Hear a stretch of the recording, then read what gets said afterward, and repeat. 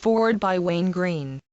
If you're into catastrophe scenarios, David Booth has a corker for you. It just may be that all that Planet X stuff last year wasn't total baloney.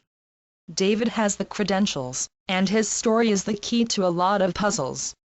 It makes a complete, awful picture out of a bunch of seemingly unrelated data.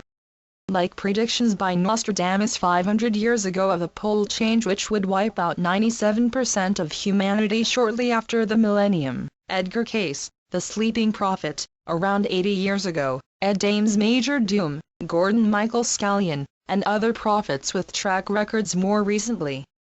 Is there a connection between our military being spread out all around the world instead of here at home, endless rumors of vast underground government construction, the secrecy about the third revelation of Fatima, and so on through a long list? Okay, what's my role in all this? Well, Dave will tell you how bad things look like they're going to get, leaving it up to me to offer some advice on things you can do if you think he may be right. Number 1, if you haven't given a lot of thought to your health before, it's time to wise the hell up. The fact is that you can get yourself into robust health, ready to deal with whatever comes, if you'll just stop your habitual poisoning of your body. My secret guide to health goes into the gory details of the poisons we're used to inflicting on our immune systems. Like cooked food, sugar, milk, coffee, alcohol, nicotine, dental amalgam, root canals, fluorides and chlorine in your water, nearby power lines, electric blankets, cell phones, a lack of needed minerals, stress, not enough sleep, and so on. As I say, the details are in my book, and I've backed them up.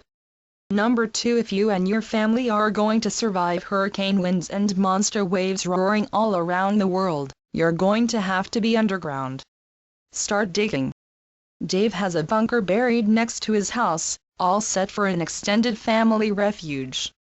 When things calm down, you're going to want an amateur radio transceiver and a power supply for it like a bicycle-powered generator. You'll want enough food to last until more can be grown. With no stores, no roads, no power, no regular radio or TV, no telephone, and so on, you'll be on your own. Make that a hand saw, not a power saw. Do we have weeks or months to get ready? Precognition is never certain on dates, so no one knows. Preface to this edition's IV. There are a number of reasons that you are reading this book today. The one I'm going to choose is because you are meant to. And what I mean by this is simply that the paths each of us walks in this life often intersect, like ours has today. And as we stand here together at one of these crossroads, I've got a story to tell you about this world we live in today, how we came to be, and where we're heading, or more accurately, what is going to be happening to us.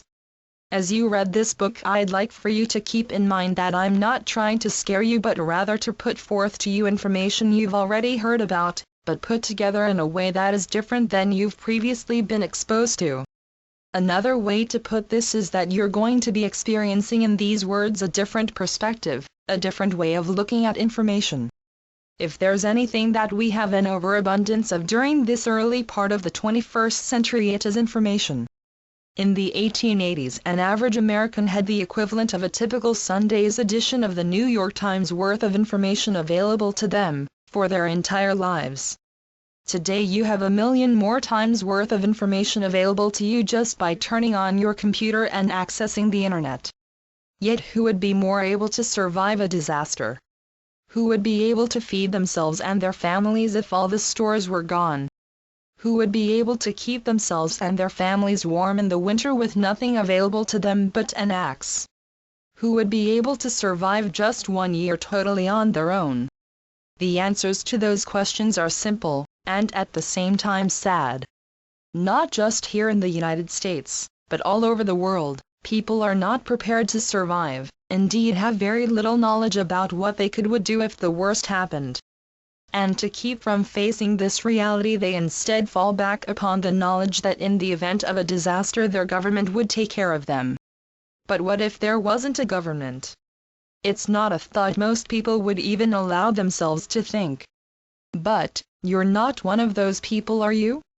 That's why we're having this conversation, why you've stopped here at the Comer of No and Don't Know to listen to my story.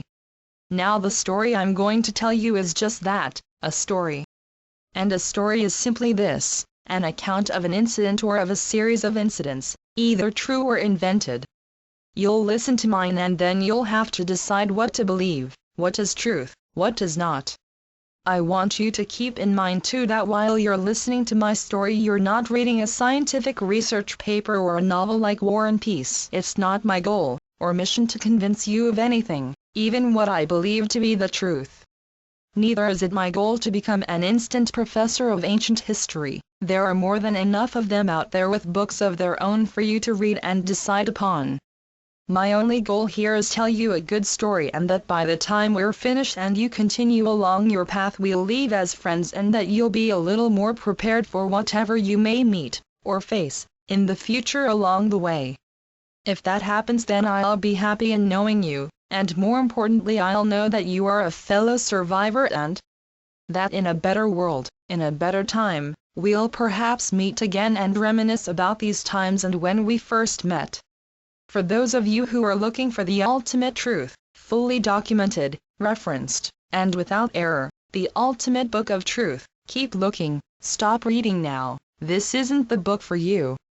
Be prepared also to meet a number of different ideas, and some old ideas looked at in a different way. For the rest of you, sit back, relax, open your minds, and let's begin.